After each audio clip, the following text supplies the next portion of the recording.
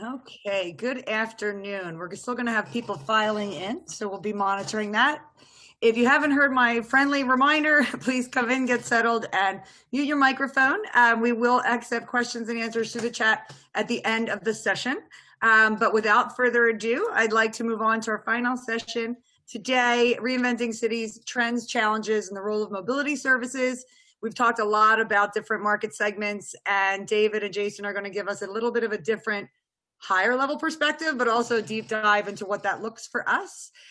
So David, I'm going to turn it over to you.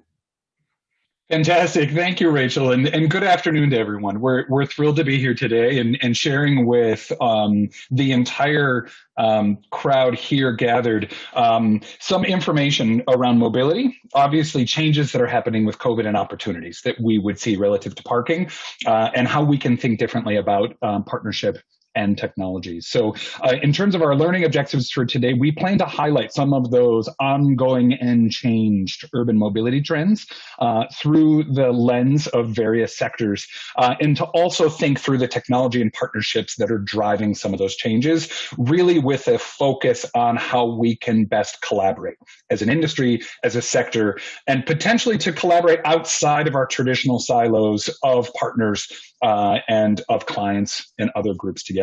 So really excited about the conversation today and to be able to help lead it through.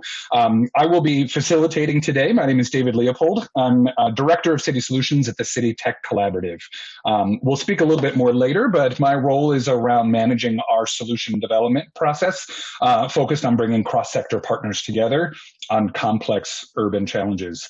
And we're joined today and very pleased to welcome Jason Beavis, the VP of Business Development at National Express. So Jason, I would love for you to both introduce yourself here for a moment, as well as to provide an overview of National Express, some background on your organization. Great. Well, thank you very much, David and Rachel, for hosting this. And I'm really pleased to be here and be able to talk to everybody today.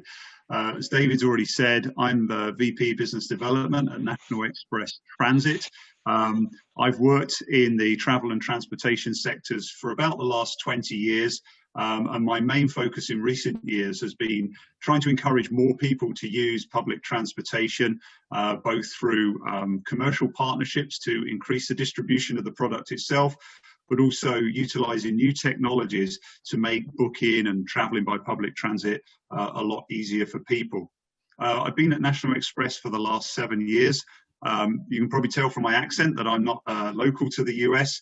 I've been over here for the last 13 months working with National Express Transit. And in my current role, I'm working to launch a product that we're calling Next Connect.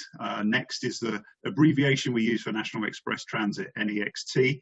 Next Connect is an on-demand software solution that we are wanting to bring to our transit agency partners, and I'm sure we'll dig more into that later as we go through this conversation, David. Just to give you guys a brief overview of National Express. National Express Group is a leading transport operator. It has bus, coach and rail services in Europe, North America, the Middle East and Africa. Together as a group, we carry nearly 930 million passengers a year. We employ 51,000 people.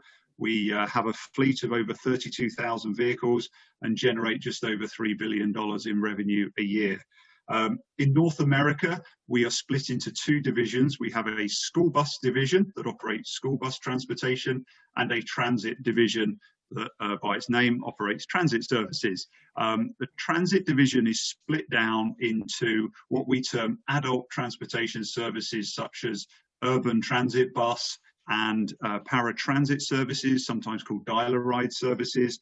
But we also have a shuttle service company called We Drive You, and we also operate motor coach charters as well. And the map there just gives you an indication of some of our transit locations. And I'll be speaking more to the transit side of our business today, obviously, and not so much on the school bus side. So yeah, I think that hopefully gives you an overview of National Express Transit and myself. Fantastic. No, thank you, Jason. And to all, we're really thrilled to host this conversation today in a fireside chat format. I'll be spending a minute just giving some background, setting the context, both for City Tech as well as this conversation around changes in mobility. But really are very excited to be able to have this conversation with National Express, given the breadth of mobility services cross-sector that they provide, and their unique point of view, important to the industry and important in terms of what might be coming next. So looking forward to the conversation ahead. So I'll spend just a few moments providing some context around CityTech and how we arrived at the discussion today, and setting the stage for some of the changes and trends that we're seeing in mobility.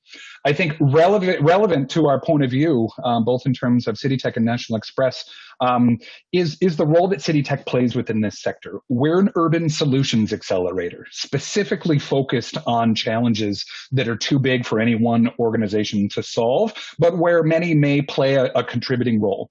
And as I mentioned before, we help to facilitate cross-sector teams that can come together using our methodologies to be able to integrate and deploy solutions in live urban testbeds.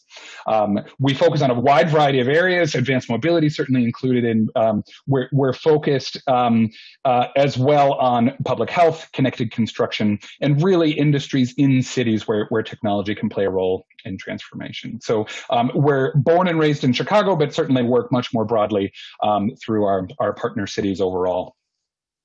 I think where we're entering the conversation around what's happening in mobility and certainly the role that technology can play is through a collaborative approach. And CityTech follows a four-stage methodology where we specifically look at understanding these challenges, thinking through the requirements of a solution, and trialing those in live test beds. We do so with our unique consortium so that we're bringing different voices to the table, from residents to problem owners to cities overall. And the idea is that as a result of this differentiated process, we're getting value back to our partners and residents in a couple different ways. Are we able to test technologies and determine their working? Can we test new business models and markets for these solutions? And then think through the partners and policies and public engagement that's needed to support them overall.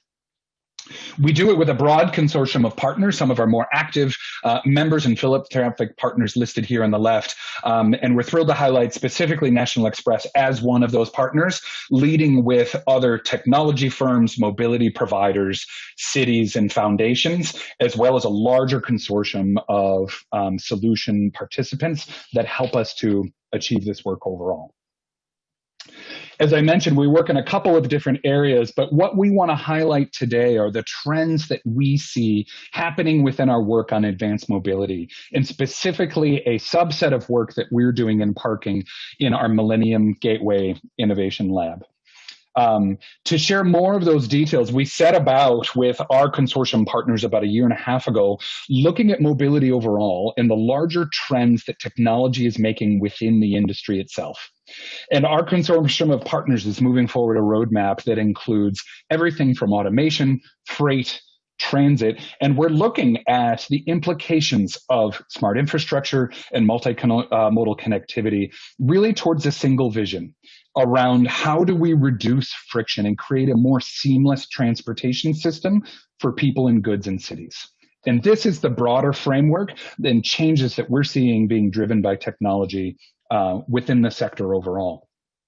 I think where we are uniquely moving forward is that within this context around more seamless transportation, greater integration between modes and services, lies a very important asset, which is parking.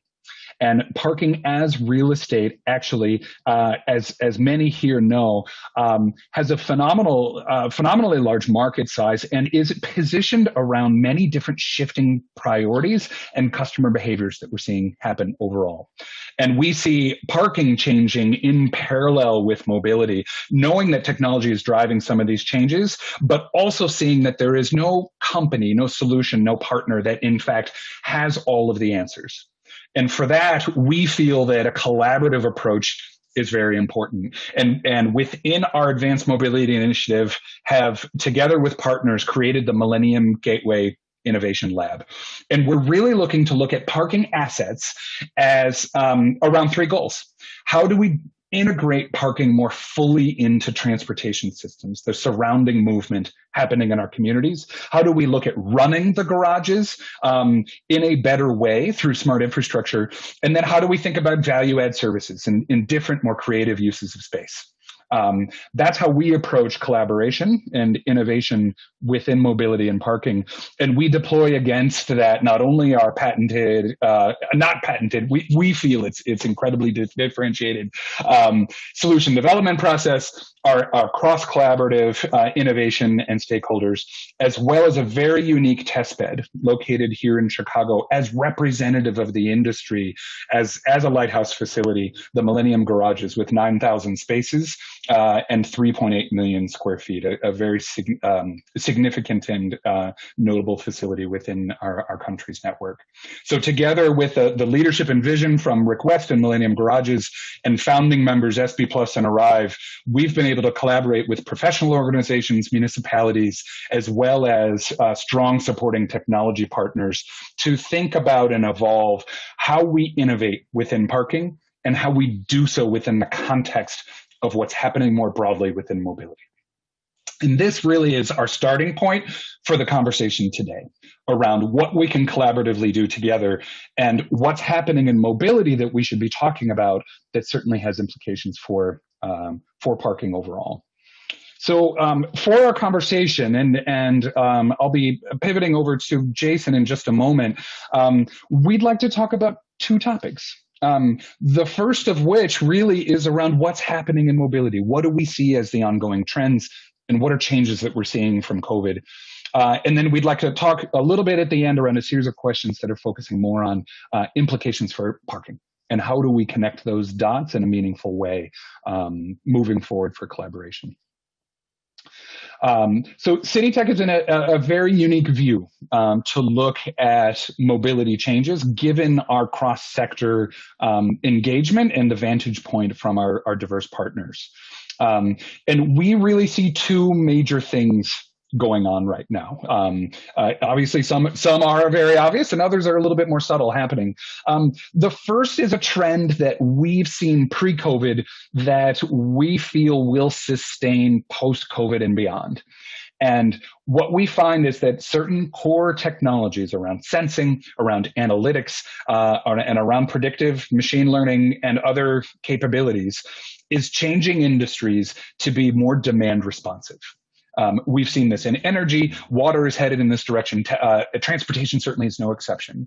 And this was happening pre-COVID, and we feel it'll be just as important post-COVID, where we're able to better identify demand for service and customize mobility tools, products, and services to different geographies, different constituencies, different residents. And I think the ongoing question for many of us will be around equity and how we deliver that type of demand-based service in a way that meets our public goals, our civic goals for transportation and inclusion. So that is one key theme that we'll be presenting today. The second key theme really is around the shifts that are happening post-COVID. Since March, and obviously changes in both consumer behavior, policy priorities, and other things moving forward.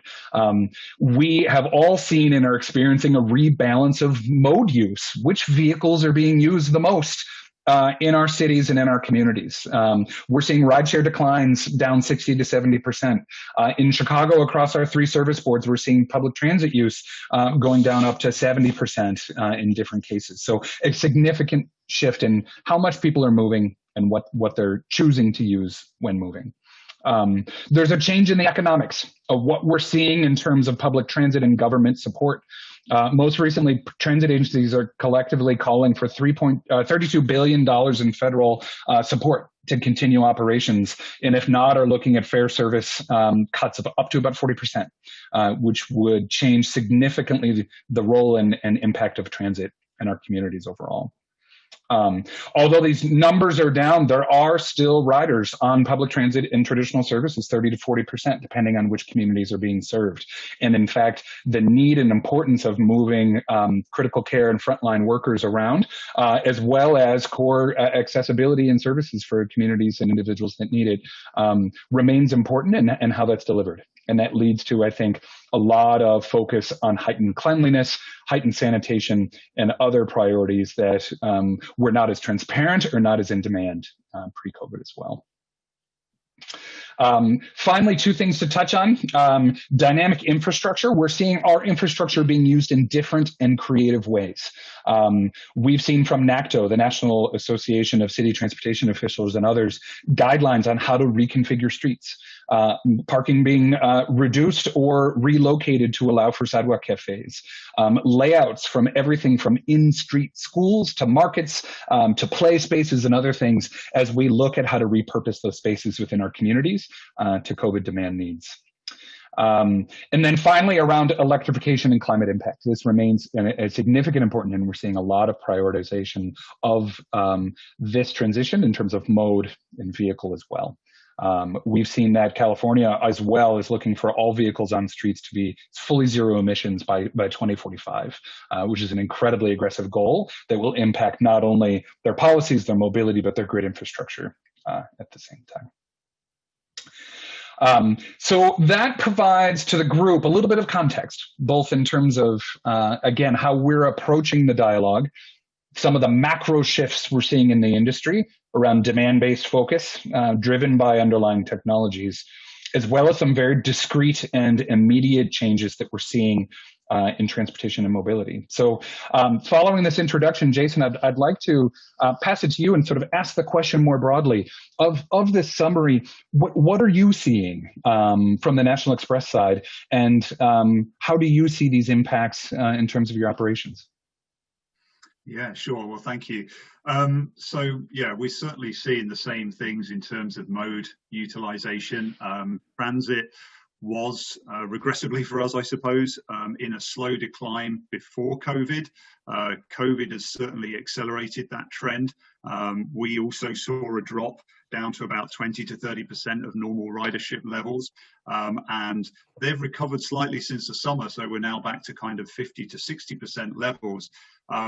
But you know, we see reports that talk about a large increase in car ridership and ownership. So we don't expect our transit volumes probably to return to the pre-COVID levels because of that.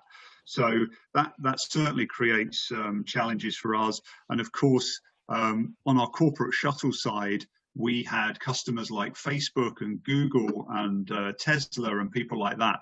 And when those factories and when those workplaces closed down, we saw that business, really decline. Again, it's come back, but with so much home working now, again, we don't expect that to return to pre-COVID levels either. So certainly it's been a really, really challenging year for the transportation industry. There's no doubt about that. I think we're going to struggle to get back to some of those volumes that we were seeing previously. So really, that then brings in technology. Now, technology was always at play, obviously, before COVID, but I think technology will accelerate some of the trends that we were seeing prior to COVID. For us, it's about trying to get ridership levels back up to so that we can operate services and receive the revenues that we want to for operating those services. For transit authorities, it's about trying to bring back services that they may have suspended or reduced because of COVID. So we definitely see technology as a way forward. There are a number of different angles that technology can help us. So technology funding, let's say funding is probably one of our biggest challenges right now. It's a challenge for us and it's a challenge for the transit authorities. And so technology can help us with that, because we can introduce more on-demand based services which can be incredibly efficient. compared to some of the traditional ways that transit services have been operated. Now, I would caveat all of that by saying there's probably nothing more efficient than having a large transit vehicle that can carry 60 or 70 people running into a town centre rather than 15 smaller vehicles that are on demand. However, where services are suspended, certainly if we can reintroduce a service with an on-demand solution which is more efficient, is able to carry the smaller numbers of people that we see today, then that would be an absolute win. You know, that would be great. But also those on-demand services can also help provide a first and last mile solution for existing transit infrastructure as well. I think one of the big problems is that again, going back to funding, it's very hard for transit authorities to expand out their current infrastructure without heavy investment. Whereas an on-demand microtransit, often it's called microtransit solution, can provide a first and last mile solution which enables that transit service, typically a fixed route transit service, to then act as a feeder to that service. So you can use smaller vehicles to serve areas that have been traditionally underserved to date, to then bring people into either a train commuter hub or a bus commuter hub and get people on those fixed services. So we absolutely see those trends you've mentioned. And as I say, COVID has accelerated most of those trends. Jason, I'm curious as a follow-up question to that, how I know National Express is looking at a wide variety of geographies, both urban and non-urban, as well as different parts of the country. And how much of these changes of what you've just spoken about is true universally, or where are you seeing sort of variance in terms of either geographies or across sectors, public or private? Yeah, sure. So I guess the main difference we see is between the urban and the suburban stroke rural. Urban services have come back slightly quicker than suburban and rural services. I think there's clearly a greater demand in the first place for those urban type services. So we definitely see that difference and have seen the return of the urban services coming back quicker. We have also seen quite flexible and adaptive approaches that are being taken. So, for example, particularly in rural areas where a fixed route service may have been cancelled, then partners are looking to supplement that fixed route service that's been suspended with say, an on-demand micro transit solution. So that's been pretty interesting. And we actually are running a pilot in Massachusetts with an agency called GATRA. They're an existing transit partner of ours. They suspended 2 of their fixed route services, which was like an inter-town service for that part of Massachusetts. And we are now going to replace that with a microtransit on-demand solution. And it just allows us to bring back a service to those customers without having to invest in putting back a fixed route service that can be expensive. We already have an existing dial-a-ride service there, which we've now been able to convert into more of an on-demand service using technology, and customers can request a service via an app. And that pilot should be very, very interesting. It's about to start, so we don't have any results yet, but it's just an example of what is happening out there and the way that things are changing and adapting to the current situation.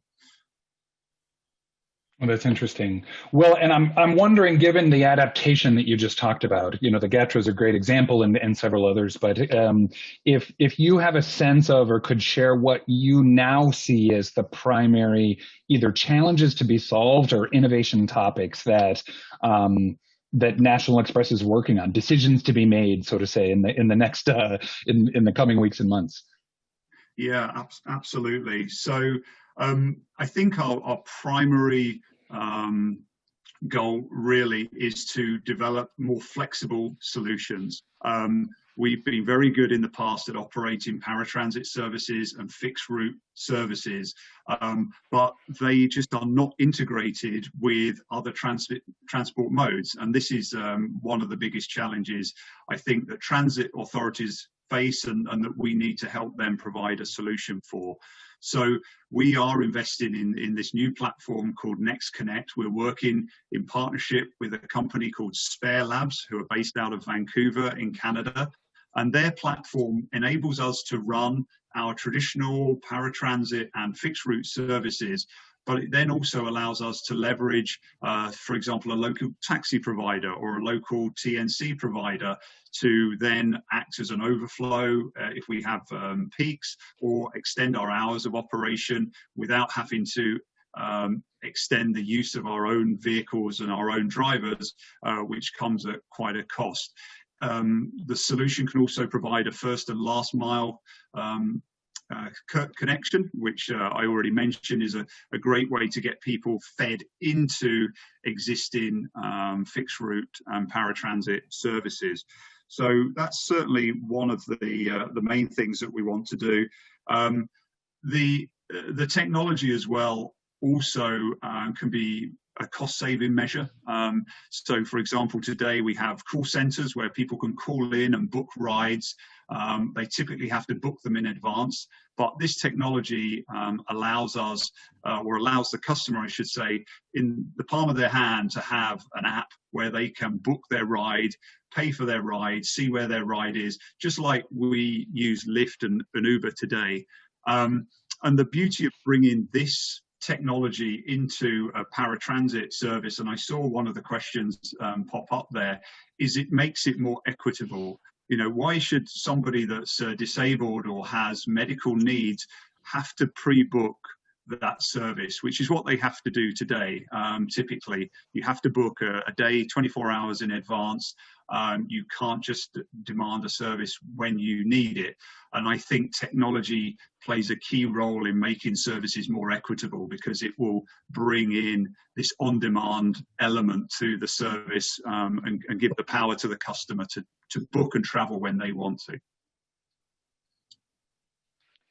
I think it's interesting, specifically in terms of National Express and the evolution of your role, obviously initially as just sort of a transportation service provider, but through technology, as you mentioned, as an integrator, connecting the dots in terms of other mobility services, integrated trips, and also using that as a way to improve quality of service and obviously equitable outcomes as you move forward.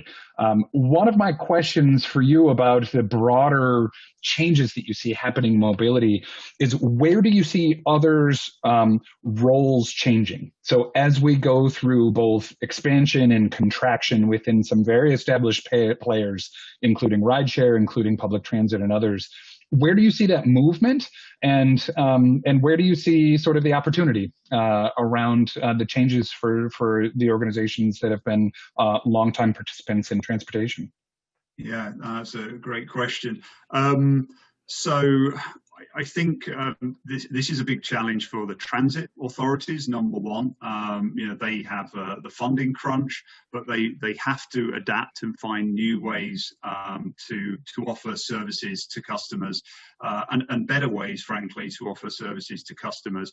And that's what we're trying to do by introducing this service or this technology, is that we can then talk with our partners.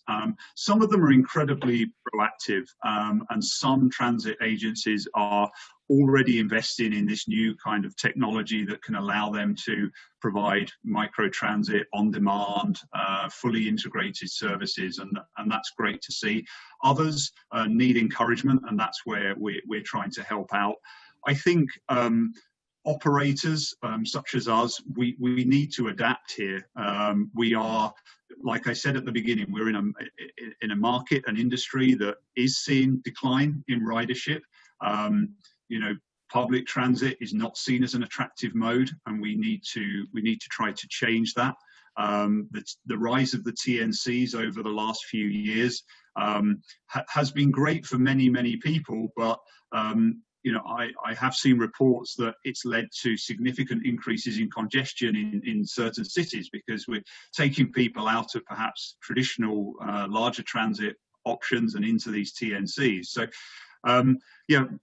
but we need to remain relevant as well, and that's why we are looking into this technology. So there's a huge challenge for the operators as well.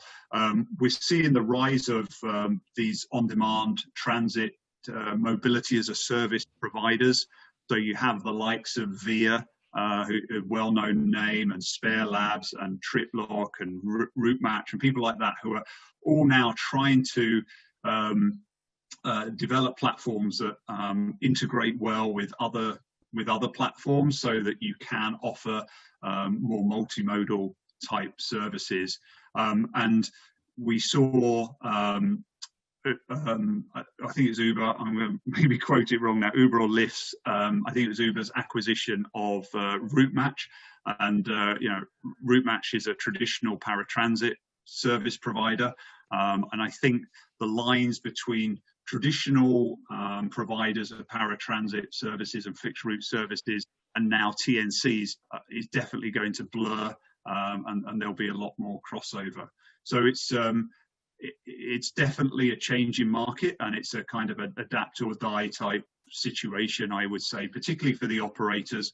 We can no longer just sit back and say, oh, we operate paratransit or we operate fixed route and assume that's it. It has to be integrated. It has to be using new technology to make those services accessible for everybody and on demand, and more efficient as well, because we know that funding is heavily impacted right now.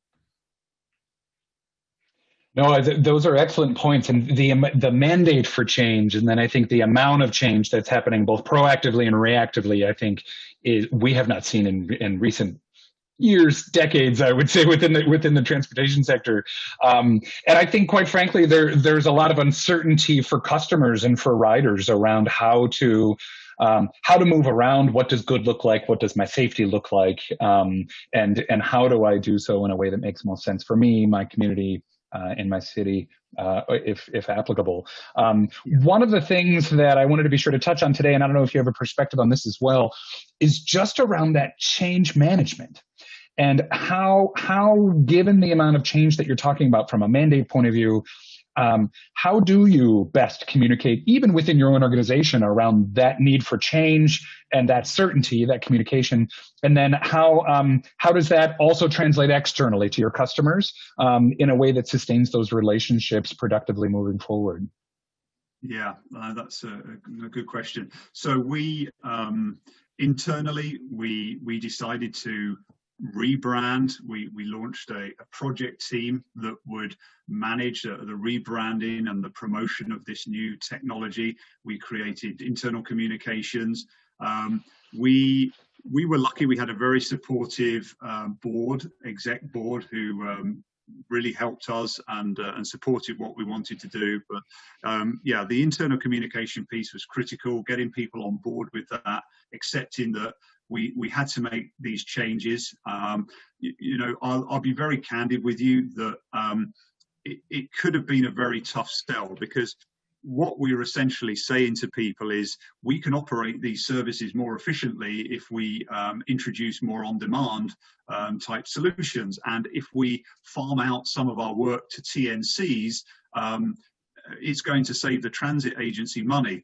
But that means it's less money for us, right? So it's a very tricky balancing act, because ultimately technology will make things more efficient, and it will reduce our revenues. But what we hope in the long run is that by being more adaptive and flexible like this, we will win more work with more agencies. So it was a tricky one, and but we, as I say, we were fortunate that the senior management supported us. Externally, we have been talking with our transit agency partners, so explaining to them what we've been doing. We've been promoting this on our LinkedIn page, so through social media, and trying to get the message out there that we know that things have to change, and we are changing ourselves, and it's not something that you need to be worried about. And I think the few transit agency partners we've already spoken to are very, very open for this. Some of them are aggressively pushing for this change themselves. Some need a little bit more pulling, but yeah, I think the communication's been very good. Actually, internally, we got everybody on board. That was the first step, and then move to external and start to promote this more widely. Yeah, no, absolutely. Well, I would love to pivot a little bit in our conversation a little bit to parking. So Yep. Of these changes that we just discussed relative to what's happening in mobility, these macro trends will impact how parking garages are utilized, and obviously the priority challenges and role that can be played around near-term problem solving, right, for organizations and for communities. And I think there's a couple different elements that I want to highlight as we looked at those macro trends of mobility. I think many are looking at it, and we're already seeing an uptick in passenger car use. So I think obviously we're looking at higher utilization of parking structures in the short term. I think that is a key prediction moving forward. And then obviously some changes for shuttles and valets, things that are being otherwise brought on as value add services, but that may be impacted by either capacity limits or some of the other changes that we're seeing in consumer behavior. I think there's also prioritization of frictionless parking, and we see already from our partners within our consortium a goal in prioritizing technologies that can support that. And then obviously cleaning, transparency, making sure that there's a key communication to customers and users around both safety and ease of use as folks come into it. What's interesting to us, and what I wanted to share almost as a preview, is that CityTech recently put out a 2020 Parking Technology and Innovation Survey. And we specifically are looking at the parking industry and wanting to understand the role and importance of technology as a key driver and competitive differentiator, so that as we're looking to manage the change, what role does technology play, and how do we begin that conversation? How do we evaluate different technologies and assess the importance of them? And how do we think about those project opportunities that we could bring forward either through our lab or through our partnerships? And while the results are not yet final, we've gotten many responses in already, and I'll share information at the end of today on how folks can respond. But we're seeing a couple very interesting findings. There's an overwhelming consensus in the parking industry that technology is critical to the future, and that the dramatic shift is going to happen and be lasting overall, and that many of the respondents are anticipating major tech investments in the next 5 years. But about those next steps, far fewer of respondents think that they have the right partnerships in place. And interestingly, return on investment is not the biggest barrier that people are identifying to parking tech adoption. It's lack of staff experience, lack of compatibility, coordination issues, access to capital, and some of those partnerships that need to be in place for this to be effective moving forward. So for the last part of our conversation before we pause for questions, I wanted to focus on two topics, really: technology and partners. And for each of those, what can we share about what's happening more broadly within mobility, and the sort of recommendations from you around what's working and what's not? Maybe we'll start with technology, and if you have a perspective of either key tech that you're watching or that you feel is important relative to some of the challenges you're addressing that you've spoken about today. Yeah, sure. Well, I think, as I've already mentioned, the key technology for us are these platforms that are open platforms. They have open APIs that can then integrate with other mobility providers. I think we must get to a place where it's easier for the customer to be able to book seamless journeys from A to B. That will help definitely encourage their their use. We have also been looking more broadly. This is, of course, at things like electric vehicles and autonomous vehicles. We were due to start an electric vehicle trial in New York, but unfortunately that got put on hold because of COVID. I think we will see a lag now created because of COVID. You know, the money that we had available to invest in that has gone away for now, and perhaps it's the same for the transit authorities as well. So I think definitely we were investing in that area, but that's definitely paused right now. Electric vehicles and autonomous vehicles. I think also more broadly, it would be. We want this more connected world as well. I think you spoke about that near the beginning. So we would like our systems to be more connected, which will help us with things like preventative maintenance and safety and drivers and everything else. If all of those systems can be more connected together, and you know, we can better monitor our vehicles and their usage and everything else, then I see that will help drive efficiencies for sure. And as we were talking about parking, I think you know, I see a real opportunity for collaboration between the parking industry and the transit industry. We know that our cities are congested. I think you know, we're both from Chicago or live in Chicago, we know what congestion is all about. And I think that, you know, there's something that we had in the UK. I've not seen it so much over here, but we called it park and ride schemes, which is where you take out of town, out of city centre parking lots, and you run a transit service to and from those. That means that the customer then is using their own vehicle to get to the parking lot, and then rides in on the transit service. For me, that's a real win-win, because the customer gets to use their own vehicle and they have a real door-to-door experience. But then the city centres are not so congested as well, because more people are riding in on a bigger form of transport, whether it's a train or a tram or a transit bus. So yeah, that's definitely one area of collaboration. And the other area, as I mentioned before, you know, We Drive You is part of our transit business. They're a big shuttle operator, and they are very interested in partnering with parking management companies. They often bid on hospital shuttles and other types of shuttles, but the bids always look for a parking element to be provided for those as well. Now, they're a shuttle operator, but they're not a parking operator. So I do think there's some good opportunities for parking and transit to collaborate together. The more congested cities get, the more people get put off from driving into those cities, and that could be detrimental in the long term to parking usage. So if we're able to complement that by using some out-of-town parking and running people in on transit services, I think that could be a really good model moving forward for us as a country, but as cities and as operators. That sounds great. Well, I know we're nearing our time soon. We have obviously much more to talk about, but Rachel, I wanted to see if there are any questions from the group that we could be addressing now before we have just a few minutes to wrap up at the end. Absolutely. So we've had a pretty great chat in here. You know, Gary Means brought up, you know, the return of the scooter. Gary, you know, I don't know if you want to share what's happening in your world there with that.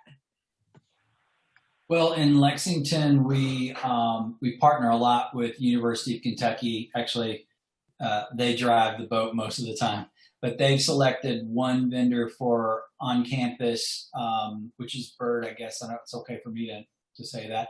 I'm not them, so they might be mad at me about that. But so they're talking about coming into the downtown area and the rest of it. Spin was already in town prior to COVID. They pulled everything out, and just this past week started dropping them back in place. And I've seen some people out on there.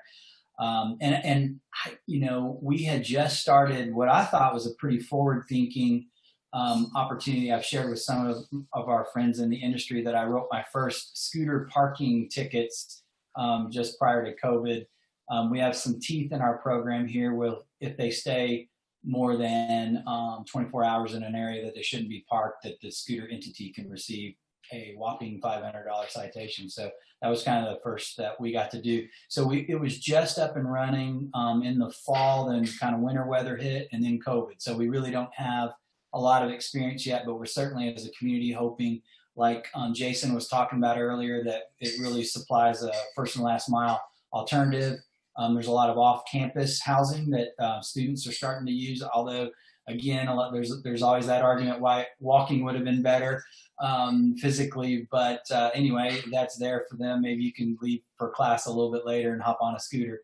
But yeah, I was just kind of curious of what others are seeing, and you know, we were getting a little bit beyond that super duper concern about physical touch of surfaces and more so about airborne COVID scenarios. So, you know, maybe, you know, I think in the beginning it was all nobody wants to touch anything, and maybe people are getting a little bit more comfortable with that. But like I said, just this week, Spin came back and I've seen several people out and about tooling around. You know, I can jump in with a quick response to that. We're doing several pieces of work around micromobility, looking at vision zero safety, proximity sensing around that, and then also how we look at consolidation of services like that within parking garages as a multimodal hub. I think one of the things that we see and acknowledge is that scooters, like many other forms of transportation, buses, transit, other things, play a very specific role in a trip.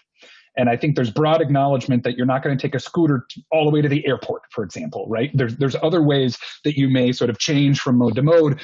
And pre-COVID, a lot of the conversation was around reducing that friction, unified schedules, unified booking, unified experience. I think that that's still going to be important as we're managing sort of right mode, right fit, right time in a way that manages congestion. But I think we have added to that list now around sort of a chain of custody around, is this safe? Is this clean? And what are we sharing about each mode to the riders that allow for people to make good decisions within that area? And it's no longer just unified payment. It's almost around integrating mode, trust, experience, and more things beyond that. And lots of our folks will be familiar with the Alliance for Parking Data Standards that IPMI is involved with the open API that allows you to connect. And what we hear from our members all the time is that your parking equipment, your meters, all these things, they don't talk to one another, which involves an expensive integration and time and money and all that kind of stuff. And so what APDS seeks to do is, you know, provide a lexicon and open API that can also be related to transit, right? So we've kind of been focused in the parking world just because you got to eat the elephant somehow, but, you know, working with transit providers to get to a greater level of integration. You know, we saw some other, you know, comments in the chat about using the disruption, call it a pilot and see what sticks, right? I say that's not their words, but you know what I mean? The opportunity to push something through that you knew was a good idea, knew needed to be tried. Have you guys, and they've had some of those great things in the chats that had to go with, you know, changing enforcement or hours and open streets, but have you guys seen anything creative that's sort of like that pilot sort of mentality, maybe in Chicago? Jason, you want to go ahead? Yeah, so Chicago, not specifically in Chicago, so maybe David has got an example of that. The best example I can give is the pilot that we are going to run with GATRA, which I already spoke about. You know, that was 2 suspended services. What are we going to do? Well, we have this existing dial-a-ride service. Why don't we bring in technology to that service and then expand the boundaries of that service and have it run where the fixed routes used to go, and get people from A to B using those existing vehicles and existing drivers. So yeah, that's just trying to be inventive, taking existing vehicles, existing drivers, throwing in some technology that then means it can operate in a more efficient way and be bookable more easily by customers. So it's going to be really interesting to see how that goes, but we want to do more of that. We are talking with our other transit agency partners. That's exactly the kind of thing we would like to do. Just get smart and clever, because otherwise, services are not going to be reintroduced for a long time because volumes are pretty. So. Yeah, I would only add just from a city tech point of view, I mean, we're an urban solutions accelerator. So to that question around should we pilot, is now the time to do it? We are literally built for this. And in fact, the answer is yes. We think it's incredibly important now, and it's actually important even on times that aren't going through great transition. We feel as though bringing together a very clear view of challenges and needs with quick, rapid adoption is the best way to both create change and show the art of the possible, in a way that allows us to think through sustainability through business models, as well as sort of lasting legacy of tech. So the things that I would highlight, some already within our Millennium Gateway Innovation Lab, we're looking at indoor mapping, connected wayfinding. We're looking at EV charging utilization and other things to help on the operator side. We're also looking more broadly at transit capacity management. How do we know how full a vehicle is in advance that allows someone to make better operational decisions as a transit agency and as a rider to know, am I about to get on a ride that both has room for me and is a safe experience for me at the same time? So yes, now is the time absolutely to be thinking through how we change and evolve our roles, how we look at new products and services. And even though demand may be down for certain areas, it may not always be that way. So although our downtowns may not be as busy as they once were, the anticipated return of curbside management issues and other things are still very prevalent in neighborhood communities and will remain an issue in downtowns post-recovery. So absolutely. Absolutely. For the folks who haven't had the opportunity, I encourage you to check out the Millennium Gateway website and City Tech.